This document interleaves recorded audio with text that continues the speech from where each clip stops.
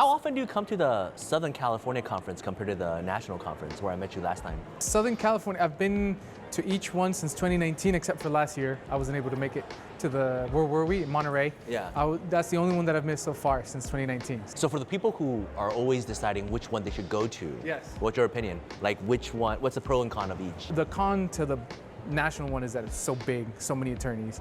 You only get to chat with some friends and colleagues for a few minutes, and then you got to go on to the next thing and then meet new people, et cetera, et cetera. The pro though is you see how big of a community we are with immigration throughout the country. I think that pro though overrides any con because you see the community. For the local California conference, the pro is just that tighter knit community. You have more time to do these interviews. It feels just that bit slower, that gives you that extra time. What is your take about this year? With everything that's gone on, it's already towards the end of the year now.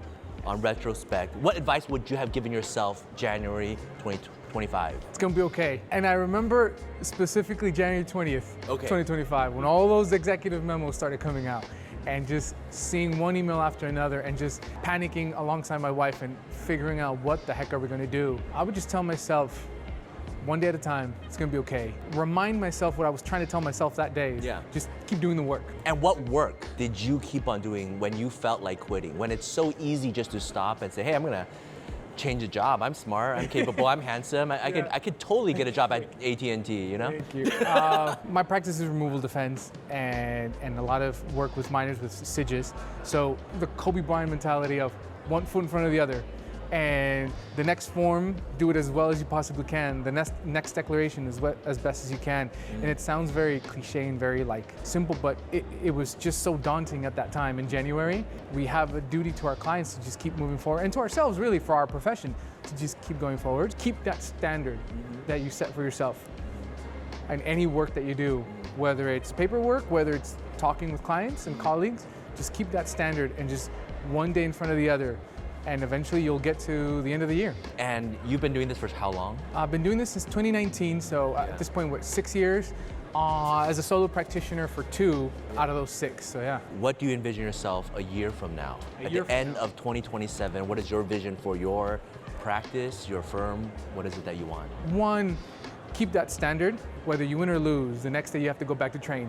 That's it. So that standard, you can't waver it. What I envision for my firm the next year, hopefully I can expand, maybe get an associate, have that more bandwidth to be able to handle more cases. I like how you always use sports analogies. When you train in this immigration world, what skill set are you training, are you practicing, are you improving in the past 5 years, right? I mean, 2019 you started newbie, didn't know anything about immigration law. There's so many skills that you have to acquire. Right.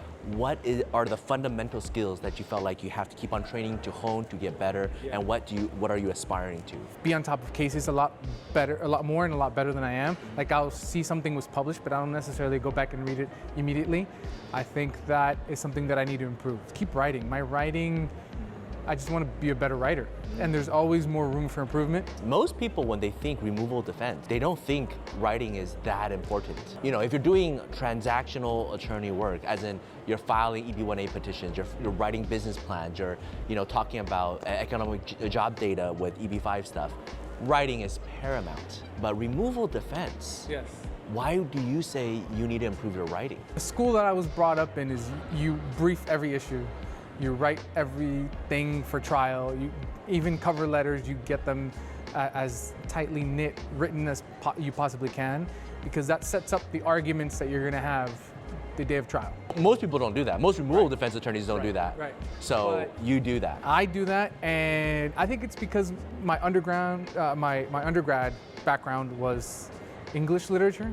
So I've always written, so I just use that to transition into removal defense. I really want to stop there and highlight this, right? Because when people focus on what I need to improve on, it's good writers who still see how insufficient they are with their writing that they want to improve. People who are honing their skills are the people who are already good, right? And I love the humility of that, because a lot of people, they just dismiss writing completely, and I'm the same way. There's so many cases that we do. When we do interviews with officers, when I go down to the border and see CBP officers, when I see consular officers, when I present things to them, I bring the entire packet, thousands of pages, all written out. Most appearance attorneys don't do that. They want you to give as little as possible, but I still prepare everything. And that's why I'm actually quite surprised for removal defense, for somebody to have this perspective. And it's very unique.